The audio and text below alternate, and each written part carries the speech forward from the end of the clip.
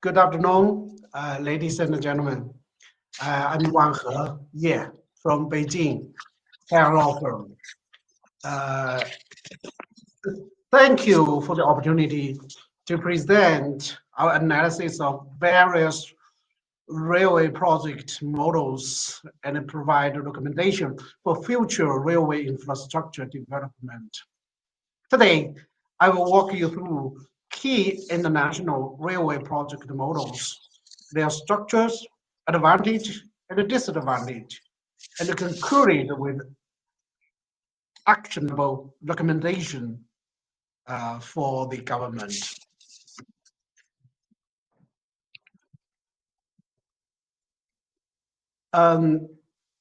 Let's see some international railway project models. This presentation is based on the in-depth analysis of several international railway projects and their commercial structures.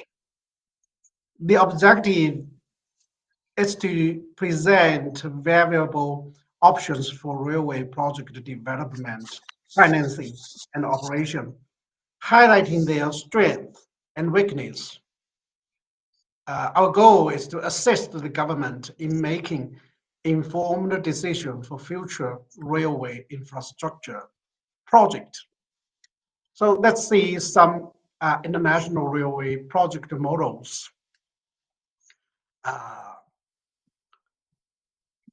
Case one is Sino-Lao Railway, Kunming Vientiane Railway.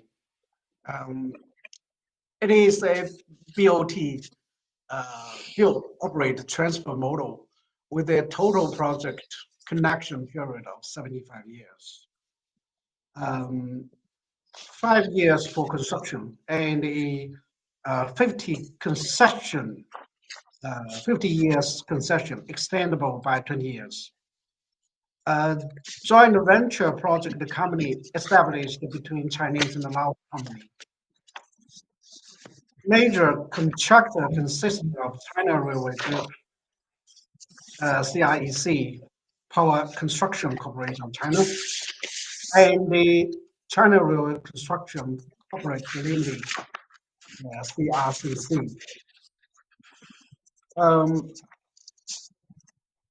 Its financing structure is 60% debt from the Export-Import Bank of China, and 40% equity from the government of Laos and China. In this project, the advantage is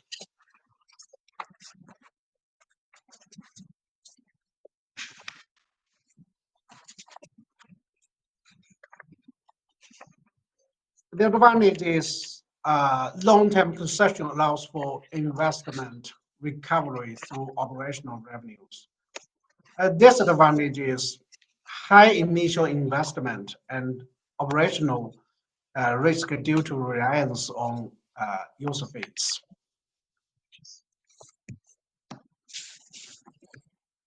The second case is Jakarta-Bandung High-Speed Railway. I noticed some speakers has mentioned this project. I have shared some information about this project model. It's also follow a BOT model with a 50 years concession. Key details include a joint venture project company established between Indonesian SOE 40% and the Chinese SOE 60%. Main contractors consisting of several Chinese companies. A joint venture operators established between Indonesian and the Chinese SOEs. Financing model of this project is a loan from the China Development Bank without a sovereign guarantee. Generally, the advantage of this project is no government subsidy or guarantee, reducing fiscal burden Disadvantage of this project is high financial risk if user demands falls short of projections.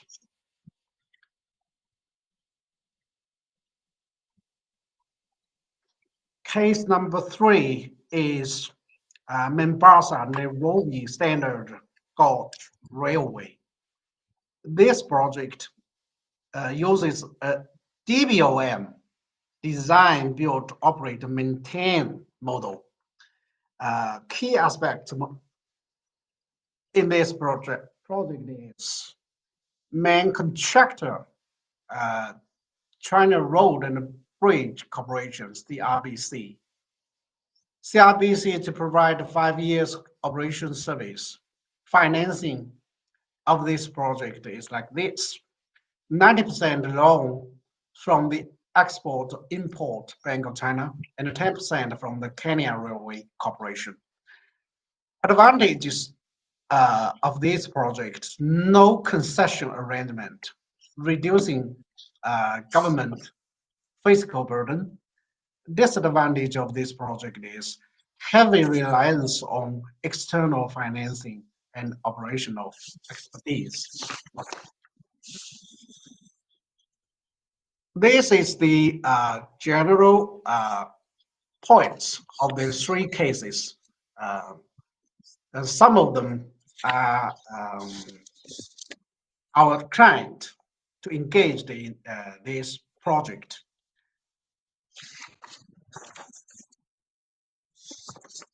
Now, I would like to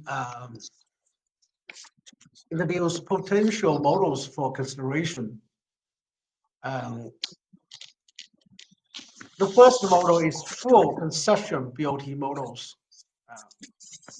We can see in this chart, project company is playing the key role in this model. And under this structure, key contract include 3 packages. The first package is concession agreement package entered into between the government and the project company. The project company is typically a joint venture between government entities and the company. By entering into the concession agreement, the government awards the project company the concession to develop the project. The second package is EPC contract or a similar contract like this. You can find on the left of my screen, left side is EPC package entered into between the project company and the EPC contractor. Normally, the EPC contractor is affiliated of the Chinese sponsors. The EPC contract will be structured on a back-to-back basis with the concession agreement. The concession agreement lies on the right side of this chart. You can see the pink color ones. And the number 3 package is the financing package and the finance agreement and the security package entered into by the project company and the banks, maybe Chinese international banks or other banks, and backed up by the Sinosure or Mega, the investment insurance company. Under this model, the financing structure is normally the Chinese company are responsible for financing. Financing can be structured as corporate finance. reliant on sponsor credit, or project finance, reliant on project cash flow. Under corporate finance, the bankability of the project normally relies on the credit of the sponsors. A parent company guarantee is often required. However, most Chinese SOE now enforce the strict regulations regarding the provision of a parent company guarantee, making this approach unforeseeable for many projects. For the project finance, banks relying on the cash flow generated by the project.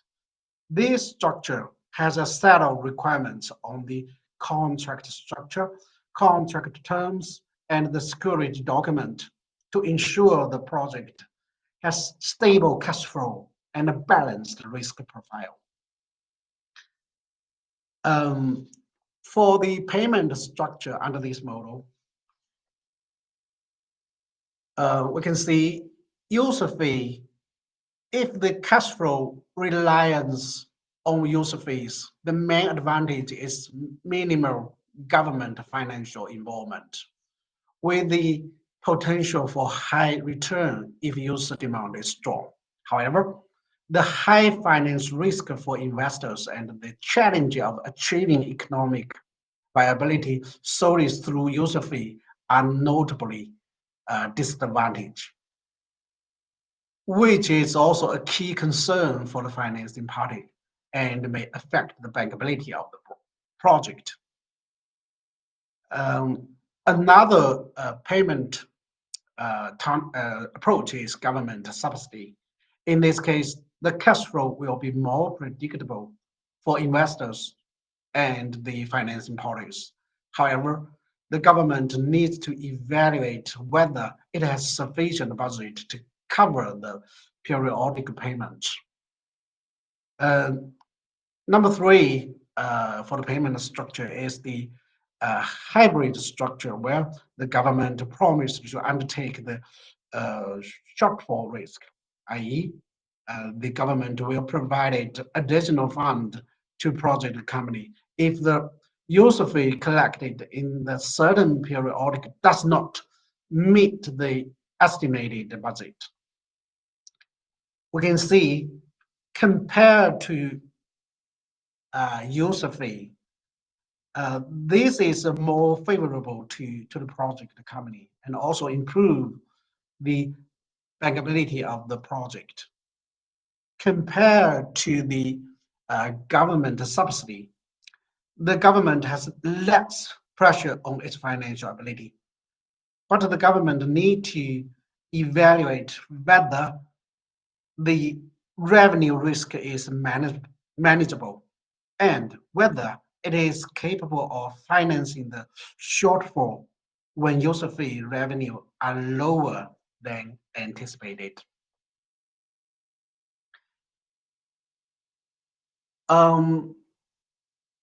Under this model, we need to note construction and operation.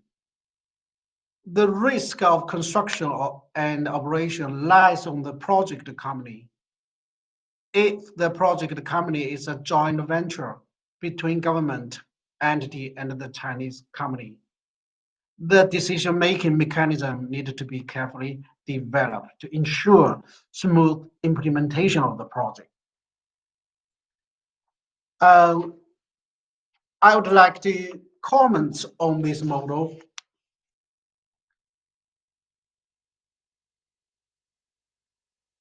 The advantage is increased efficiency and innovation.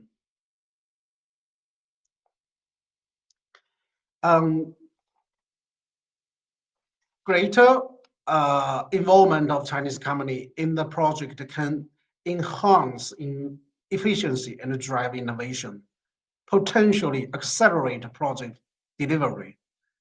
Additionally, Chinese companies are incentivized to complete work on time to begin generating revenue. Another advantage is reduced financial burden on government. And this model typically rely on Chinese company to secure financing from Chinese banks, thereby alleviating the financial pressure on the government. Of course, disadvantage for this model is complex. The the project structure is inherently complex due to the involvement of multiple shareholders. As a result, the contract package requires carefully consideration and coordination to ensure alignment among all parties. Another disadvantage under this model is financing uncertainty. Financing this project presents significant uncertainty, whether through corporate finance or project finance. Under corporate finance, as mentioned before, Chinese SOE may face regulatory constraints that prevent them from providing parent company guarantee, making corporate finance unforeseeable in many cases. Project finance, if it is applied while its alternative, it is inherently more expensive and complex to arrange. This is due to the need for detailed security structures, extensive due diligence, comprehensive risk analysis, and stringent covenants. Additionally, process is long. From arranging financing to achieving financial close can be a long time, potentially causing delay in project development.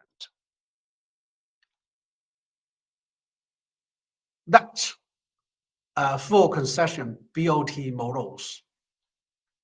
The next model I would share is pure EPC model.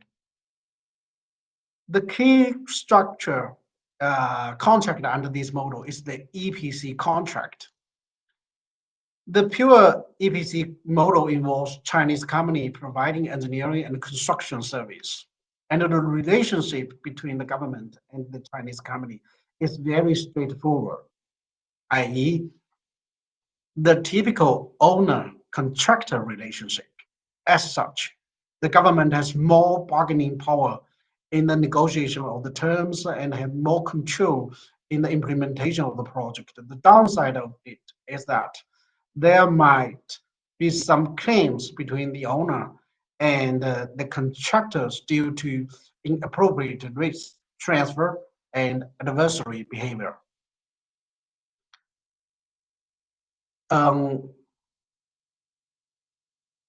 The financing structure of this model is the government is responsible for financing both the construction and operation.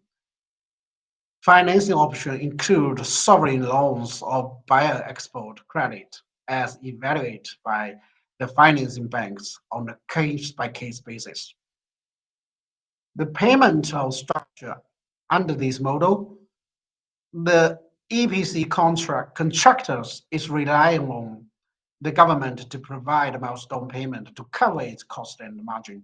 And normally there is an advance payment required on or before commencement of the works. This means the government may need to use its own budget to cover the advance payment before it obtains the first installment from the bank. The construction and operation, no operation involved. The pure EPC model, the government needs to arrange operation whether by engaging a different O&M contractor or the project by itself. This depends on a few factors, in particular, whether it has the relevant expertise.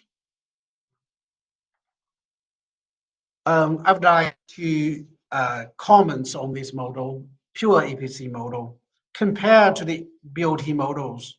This model offers a clear division of the responsibility between the owner and the contractor, and the owner usually has more bargaining power in the negotiation of the contract and more control over of the implementation of the construction. On the downside, the government bears the full financial budget burden as the financial close is a typical condition for commencement of work, and the government need to pay the contractor based on the payment schedule. Also, there is uncertainty in long-term period operation, as the government need to engage people with sufficient experience and skills to operate the project. The next model is DBOM model. Compared to EPC pure model, the Chinese company are responsible for design, construction, and operation. So the key contract under this model are the EPC contract and the O&M contract. Both contracts are signed between the government and the Chinese company. The role of the government of the Chinese company are the same as those under the pure EPC model, which are pure owner-contractor relationship. So the government is in a stronger position than the contractors does. The downside is that the contractor may not have enough incentive to maximize the revenue of the project. The financing of this structure is same as the pure EPC model. The government is responsible for financing both the construction and the operation. Payments structure under this model the same as the pure EPC model. The government needs to pay the contractors in accordance with the payment schedule under the EPC contract and the O&M contract. However, the contractor may consider moving some cost under the EPC contract, such as the cost for remedying defect, to the O&M contract, which means the government may face lesser financial burden during the construction phase. The construction and operation under this model, unlike pure EPC model, under this model, the service provided by Chinese company cover both construction and operation, which reduces operational risk for the local government to some extent. And the interface risk between construction and operation is also reduced as both construction and O&M are done by the same contractor. I would like to comment this model, pros and cons. Under the DBOM model, Chinese companies are responsible for design, construction, and operation, with the government responsible for financing. Unlike EPC model, under this model, the services provided by Chinese company cover both construction and operation, which reduces operational risk and interface risk for the local government to some extent. However, this model also presents certain challenges. Number one is the financing burden. The government must secure financing for both the construction and operation phase. Number two is limited incentives for the contractor. During the operation phase, the O&M contractor relies primarily on government payment, try to performance tied to performance indicators rather than project revenue. Since these indicators are often penalty focused and any bonus are typically nominal, the contractors may lack sufficient incentives to invest additional resources or efforts into improving operations or increasing project revenue. Let's see the number 4 model, EPC plus O&M investment models. The key difference between the DBOM model and the EPC plus O&M investment model lies in the Chinese companies' involving in the investment during the operation phase. Under the EPC plus O&M investment model, the Chinese company becomes shareholders in the operational phase, which reduce operational risk and foster a more collaborative approach to achieving better financial outcome for the project. The financing structure under this model, the financial responsibility are divided between the government and the Chinese company for different phases. For construction phase, the government is responsible for the financing. For the operation phase, normally the financing operation responsibility lies on the Chinese company. Compared to the EPC model and DBOM model, this model could reduce the government financial burden during operation phase. Payment structure, same as the BOT model. The payment structure for the operation phase relied on user fee, government payment, or a combination of both.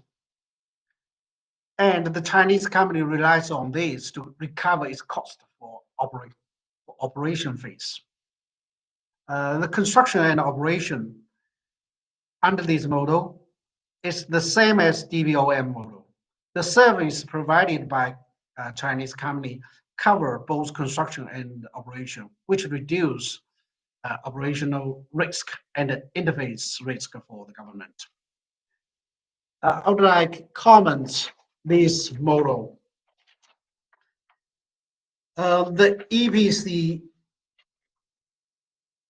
plus O&M investment model involves Chinese company providing construction service and investing in the operation phase. The government secures financing for construction while Chinese company handle financing for operation. The payment mechanism can involve user fee and or government payment. So the shared financial responsibility could be found in this model.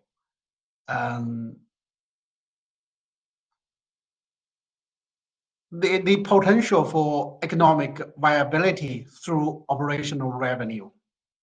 This is the first advantage. Second is government control during construction. The government retain greater control as the sole owner without relying on private parties for financing. Number 3 is private sector involvement in operations. In the operation phase, the private party as a shareholder in the operation company is more actively involved in project operation. This incentivized the private party to maximize revenue to increase the dividend. Leveraging its expertise and experience to ensure sufficient profit project operation. And the number 4 is lower revenue risk. From a revenue perspective, operational costs are typically lower than construction costs, reducing revenue risk for operators relying on user fee. Even if the government contributes to operational payments, the financial burden is generally manageable. Disadvantage of this model is government financing burden during construction. The government remains responsible for raising financing during the construction phase. However, given the challenging Chinese company faced in securing financing during this phase, the government may need to explore available financial sources independently.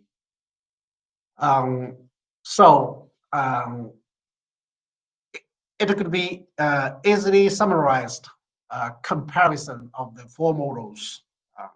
We can find,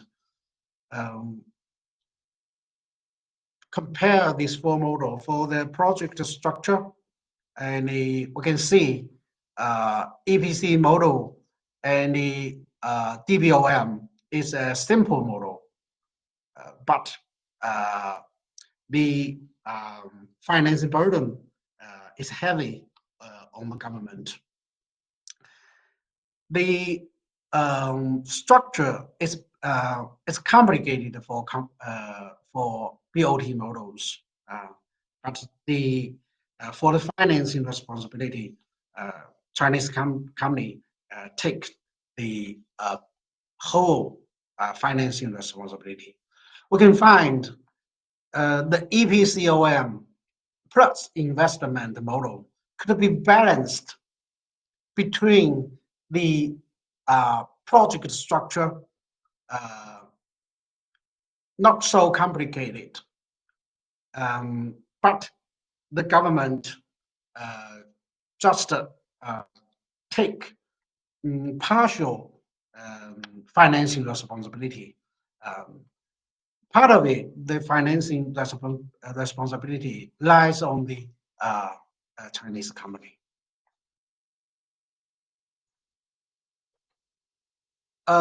So finally, I would make some recommendation. We recommend adopting the EPC plus O&M investment model. This model balances the financing responsibility, reduces risks, and leverages Chinese companies' operational expertise. However, the government must thoroughly assess economic viability, user demand, and revenue streams. Of course, detailed agreement outline responsibility, financing, and operational terms are crucial for the success finally. This is what I want to share with you. Thank you very much. If anything want to discuss with me, the email could be available here. Thank you very much. Mr. Chan, I return the time to you.